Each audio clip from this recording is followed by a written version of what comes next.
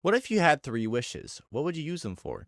Is that question unreasonable? Because with every wish, there comes consequences. Hello, everybody, and welcome back to my channel. And today I've watched a few movies about wishes.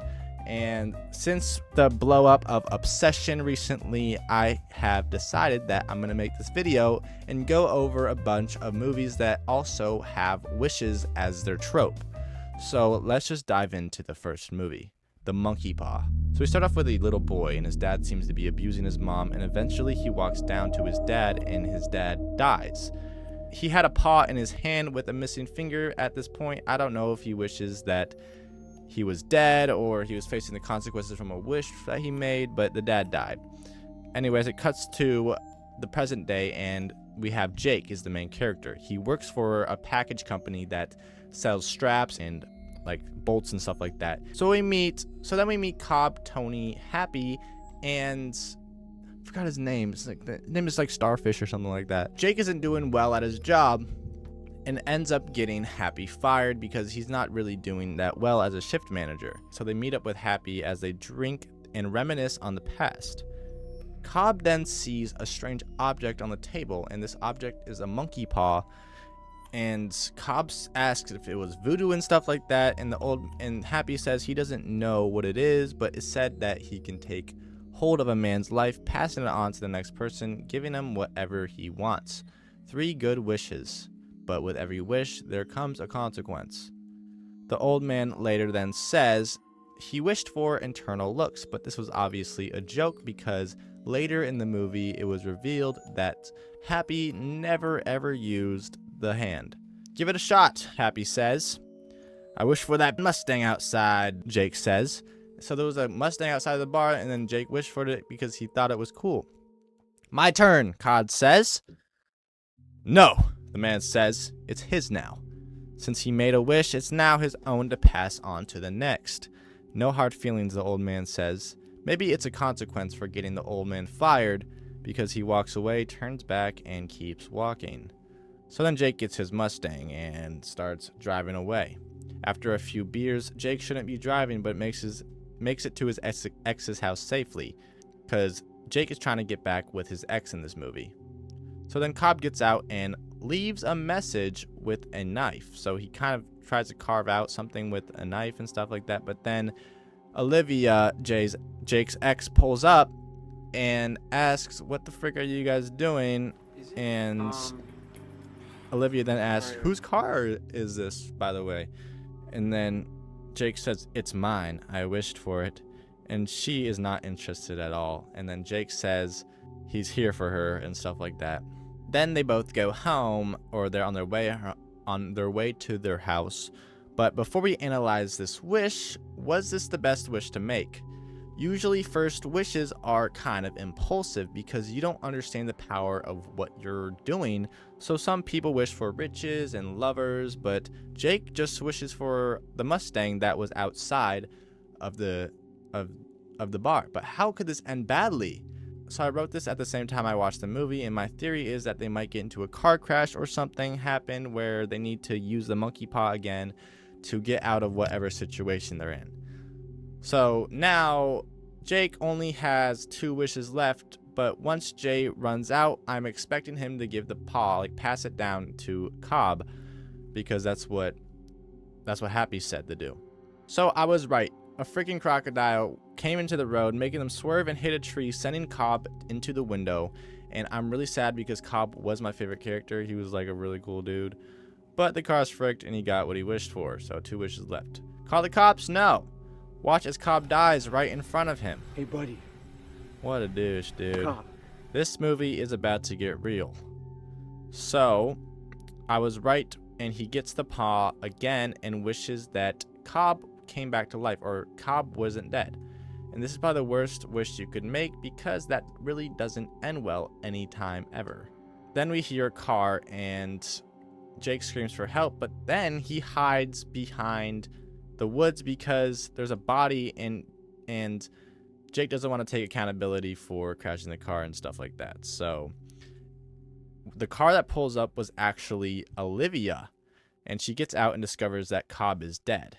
She then calls the police, thank God, and Cobb gets up like a zombie and walks toward Olivia and just stares at her and says, "Am I still dead?" Holy crap, Jake is on the run, and how can you wish for your friend to come back to life and then you just abandon him once help actually comes? So let's just keep going. Jake sees a symbol on the wall and starts getting flashbacks, and he tries to throw the paw and something stops him like a force, and then he abandons the paw and runs away. He is kind of a pussy. We cut to Olivia patching up Cobb, and he is definitely a zombie at this point, and he says he doesn't feel anything, and then she kisses Cobb on the lips. Holy crap, bro. What the frick? I did not see this coming. He didn't wish for it, nothing. This was just out of the ordinary. And Olivia has a freaking husband, which is Cobb's boss, literally. And then starts fricking him, and she's literally freaking a dead body at this point, but it is confirmed that Olivia is a hoe.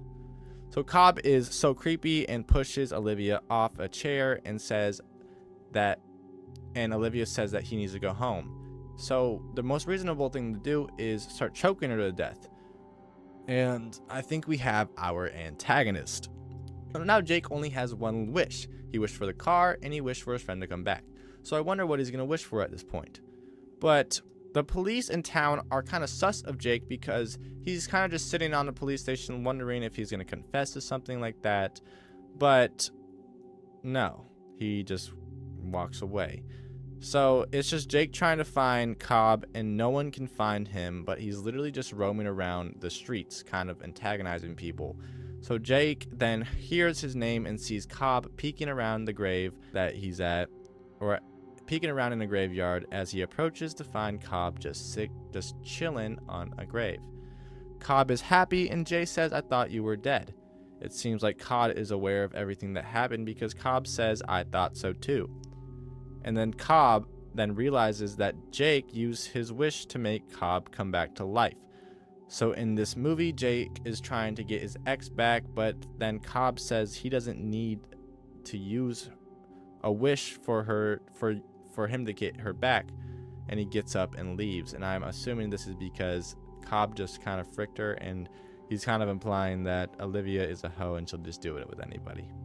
So Charlie is at the job all by himself as he's the boss, and he hears a sound of a forklift backing up. And as he approaches and finds nothing, he turns it off. And then all the lights turn on, and the boss sees Cobb and knocks him out. He wakes up, and his head is in a hydraulic press. And then he kills him and stuff like that. Then Jay goes back to the symbol and looks for the paw, and he can't find it. He gets a call saying Charlie did not come home last night, and Olivia just accepted that Charlie is dead like right away, which is kind of wild. So then Cobb spawns in Jake's house and says, "You got your wish, Olivia." So this is implying that Jake got Olivia, and stuff like that, like is dating her or whatever. So then Cobb wants the paw from Jay, but Jake can't find it, and Cobb says that he'll go get it. But then Jake still has one more wish left, so it needs to be passed along. So Cobb can't do anything with this paw without, So then we cut to Jay's mom dying of cancer in the hospital. And Cobb walks in, then kills Jake's mom dying with cancer by suffocating her. Jake realizes that his mom is dead, so he kind of deserves this, I'm not going to lie. So now Jake is in shambles, and his mom is dead, his boss is dead, his friend's a zombie trying to kill everyone. How can things really get worse? Jake gets a call and is told to come see Cobb in a graveyard for some reason. Jake tries to beat Cobb up, but can't. Then Cobb presses Jay and starts beating him up, stepping on his head, telling Jake that he needs to wish his son back. I don't know if he'll actually do it, but we'll see. So then Jake tries to explain to his brother, Charlie, because now their mom is dead, and gets all in their face about the wishes he made. Jake then goes to the police and explains everything to them. Psych! Jake says that Cobb is just coming after him. He does not explain that he made a wish and stuff like that, just saying that a man is coming after him. "When's the last time you've seen Kevin?" he said. So the police are actively investigating this and stuff like that, and the police think that Jake is the killer because Kevin is dating his ex. If you leave town, that could be a big problem, the police said. Jake then goes to visit Happy that he got fired, and the one that gave him the paw in the beginning of the story. Then Happy says that he's never used the paw, and then goes into a dark backstory of how he got it. When he was a kid, his brother went to serve in the Marines at 18. Parents were pissed, so his dad rents out his room so he could never come back. Then this fella needs a place to stay but has no money, so he trades a bunch of trinkets, and one of them was the paw. He said that his dad wishes for money and wishes for insurance to be paid off. And then his dad wishes that his brother was dead, and also then wishes that he was dead. So kind of messed up. Anyways, let's just jump back into it. Oh, then it was confirmed that Happy was the little kid in the start. So let's fast forward to this final wish because we have so many more to get into. Jake is so mad, and literally mad is kind of an understatement, and he wants revenge, and he goes to Cobb's house with a gun and finds that Cobb has been painting this picture of a paw out of blood, and yeah. So now Cobb is after Jake's brother and Sandy, and then Cobb kills them both. Now Jake is alone and goes to the symbol and follows this rat into the paw he threw away earlier. He grabs the paw and then, nope, he doesn't wish for anything, and the police then take Olivia to a safe space, and then Olivia leaves with the police. Psych! Cobb comes in and snaps the police officer's neck and knocks out Olivia and dumps her body into a trash can. Then a stoner walks by and says, "That's some bad manners." So then Cobb then fricks this guy up and steals his Halloween mask. Yes, it's Halloween. Now Cobb has an excuse to be dragging this body around without any consequences. Olivia is alive, obviously, and tries to get out of the trash can, but Cobb has her locked up and takes her to a random house and kills everyone inside. Jake comes around and frees Olivia from the trash can, then says that he's acting crazy because of the wish. Now Jake is going to end all of the suffering and make everything go back to normal. So now this is the final scene. Jake and Olivia walk to see Abby, and Abby is Cobb's ex-wife. But it's just a trap, and Cobb comes in from the freaking darkness, scarier than ever, and takes Olivia hostage. Cobb looks like he is decomposing. He looks like he can't even like say anything. Like, this is the most freaked up part of the movie because Cobb now is literally a full zombie mode. He can't even talk.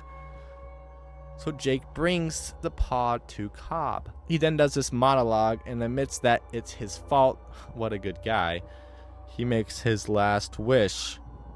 "I wish my friend Anthony Cobb had his soul back.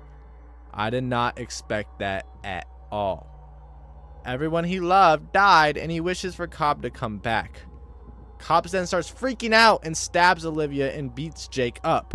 Jake is getting beat up, and then Cobb stops. Is his soul coming back? Then Jake stabs Cobb in the eye. Like, what the frick? Cobb is in pain and starts begging for help from his son. Or his stepson, I don't know. But then Abby starts fighting Cobb, and we get a relived moment from the kid in the room hearing the mom and dad fighting just like the start of the movie. If Happy's dad went through the same thing, then it's all just coming in full circle. Tony is starting to come back and says, "I just want to take my boy fishing." So he's coming back. He's fully coming back, at least for now. He then pulls a gun out and shoots himself in the head. Holy moly. This is dark. Jake wakes up in an ambulance, so he is alive. "Where's the paw?" he says. The paw, you're not listening. The paw, where is it? But then we cut to Cobb's house being sold. Abby is gladly alive along with her son, and they're going far away and never returning. It takes a while to sell a house, so this is probably like a month after all this happened. The kid looks down at his hand, and now he has the paw. The end. Wow! I know that was a lot, but let's break down the wishes. So, wish 1. I wish I had that sweet GT out in front. This is a good first wish because Jake didn't know it worked, so when he acted with impulsive decisions to make the car his, but obviously this led to Cobb dying. Also, if he thought the pod didn't work, then why would he steal the car in the first place? It could have been the people working inside or something, so this is my first red flag for my boy. Wish number 2. I wish my friend was alive. Obvious wish because his friend died and you're obviously going to wish him back to life. But when he came back to life, he wasn't the one to take him in, and he literally ran away from this situation once he saw that help was actually coming. Second red flag. And the third wish he made was, I wish my friend has his soul back. This time Jake actually admitted that he was wrong and all of this was his fault, which is an uncommon thing upcoming for these next movies. But he wishes for his friend's soul to come back, but then proceeds him to stab him in the eye. Like, why would you wish for them? Why would you waste? Oh my god, there could have been so many other things you could have wished for, like everyone to come back to life, or wishing nothing ever happened, but you wished for his soul to come back and then stab him in the eye. Like, what's the point? Like, why even make the wish at that point then? You know? But I wonder if he didn't stab him in the eye, like, would he have survived? Would he have not, or something like that? But my overall thoughts is that Jake is selfish and wasted his wishes on selfishness. Every time he made a wish, he would run away from what he just did, and literally all of his friends and family are dead, but then he wishes for Cobb to have his soul back, instead of wishing none of this ever happened. But how could have that ended? You know? Maybe all these people came back to life as zombies. Amazing movie, but this isn't about the movie. This is about the wishes. And I'll give Jake a 5 out of 10 for at least trying to make things right, but using his wishes to help his friend and admits he's wrong. So he used all of his wishes wrong, but I give him some credit for trying to make things right.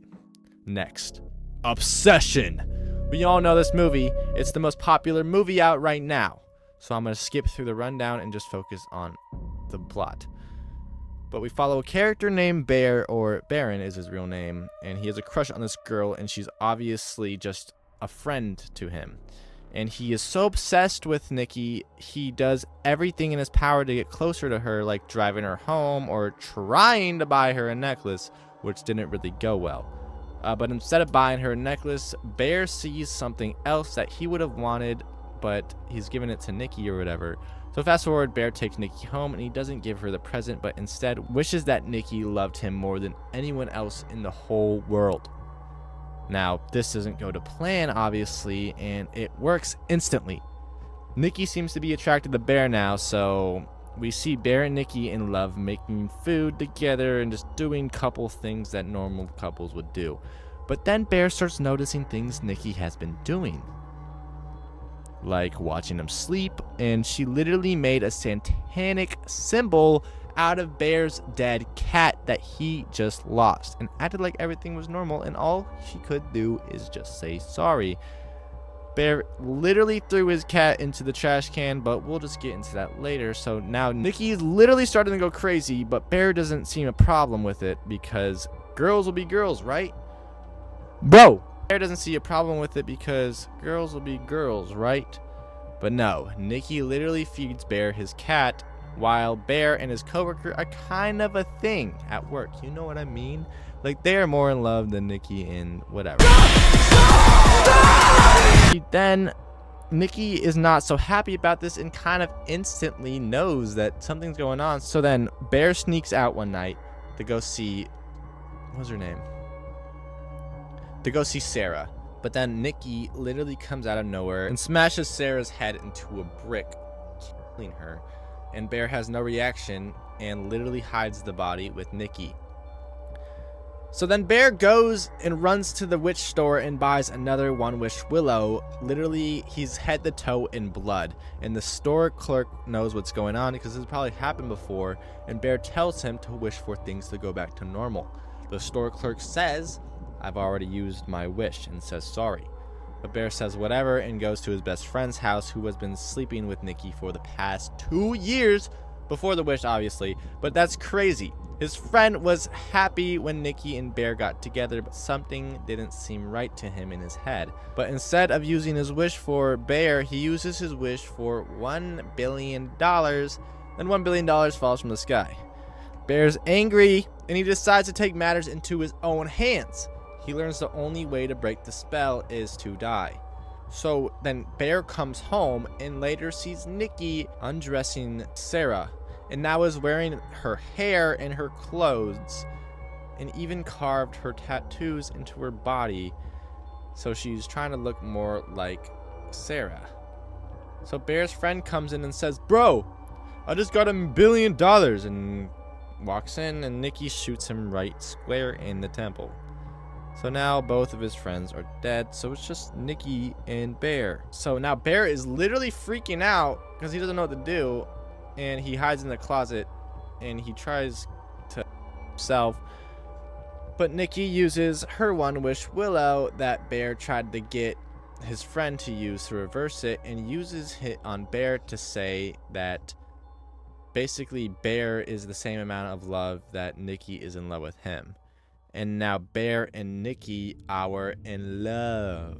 So that's the end, right? They just fall in love. They are a murderous couple and stuff like that. But no.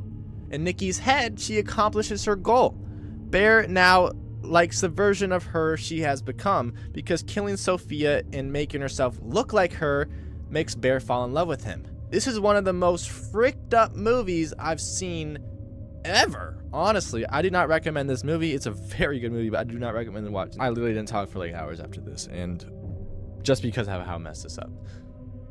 Well, Bear and Nikki are falling in love. Bear, oh god, ODs because he tried to kill himself earlier, but like I said, the only way to reverse the wish is to die.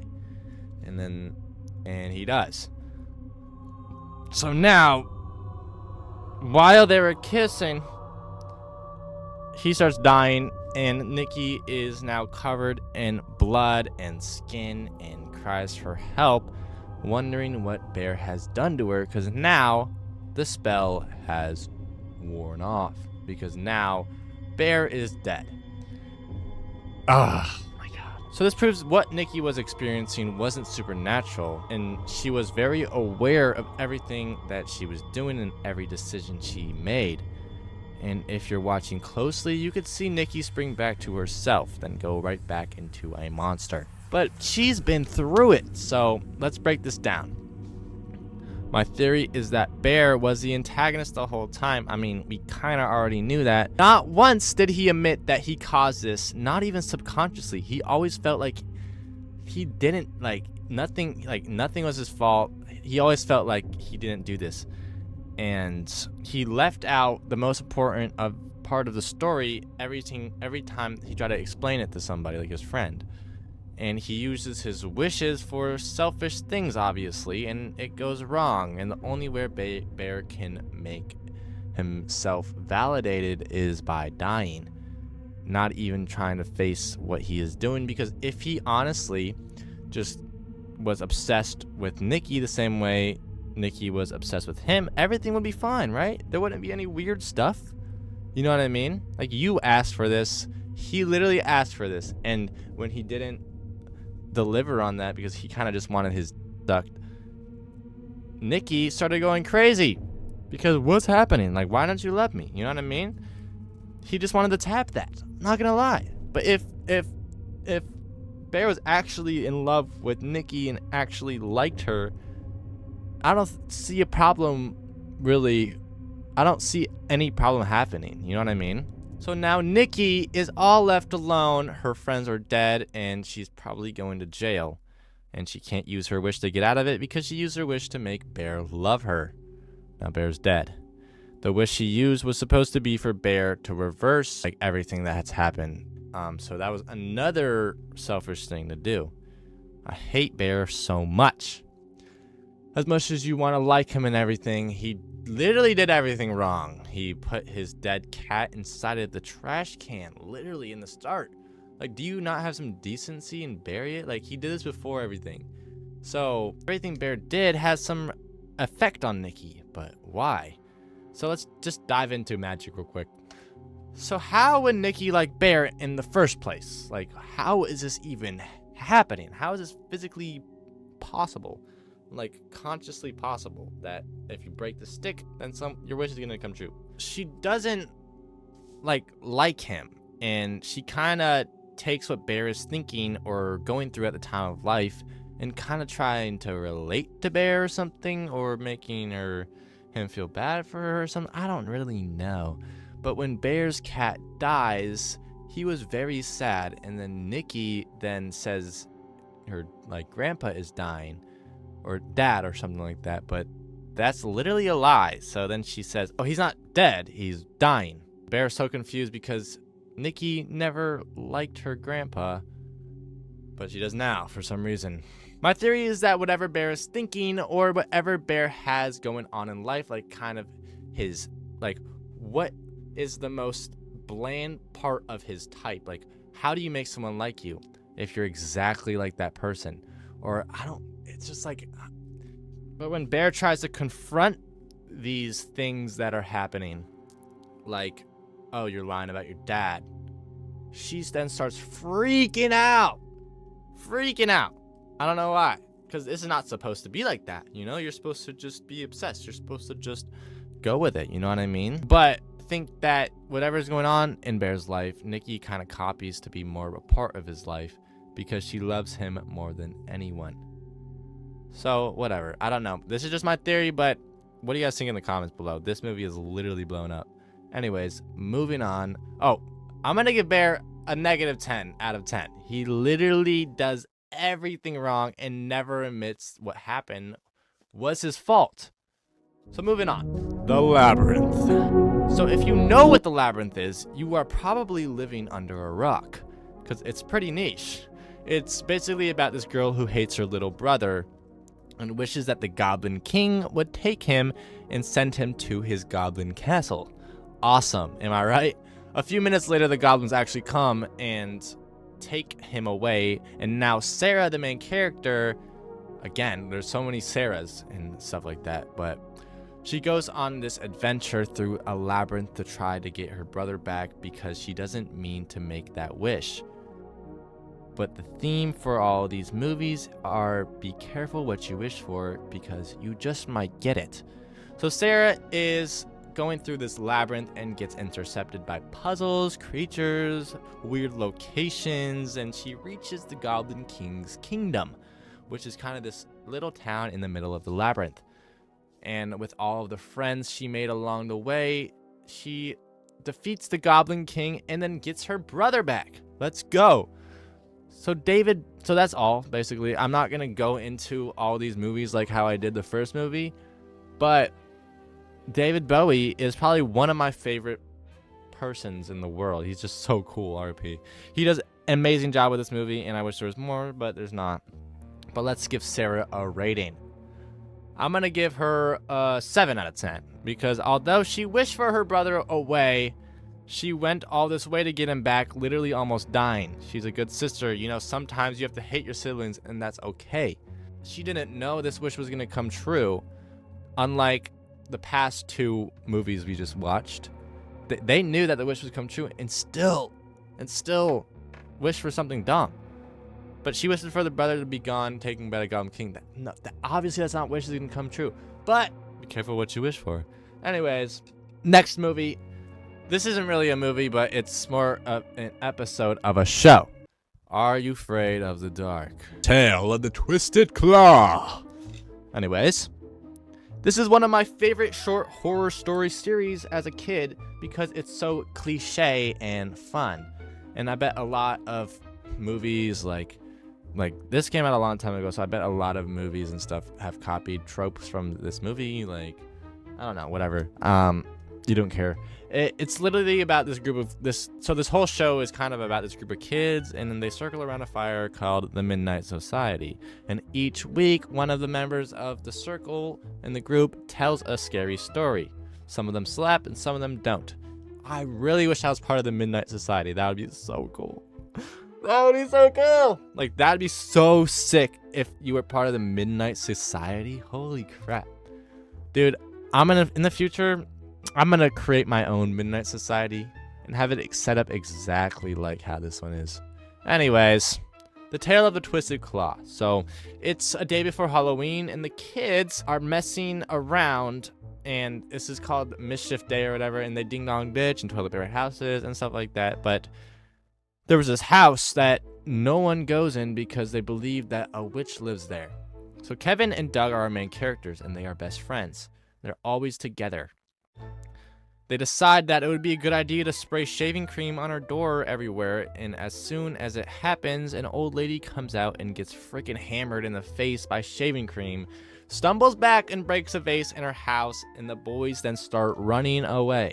So now it's Halloween, and the boys for some reason go back to the old lady's house and trick or treat there. She says no one ever comes here and tells them to come in, and they notice that the vase that she broke was still broken and that she never cleaned it up. The lady then goes to get something special, a vulture claw. Just like the monkey paw, it's a vulture claw. So this came out before monkey paw, so maybe they're coming out. I don't know. Anyways, they take the paw, or they take the claw. They take the claw and says that it grants 3 wishes apiece. So 6 wishes between the both of them, which is like crazy. How can you mess this up? How can you mess this up? Let's keep going. So one of the boys uses the wish right away.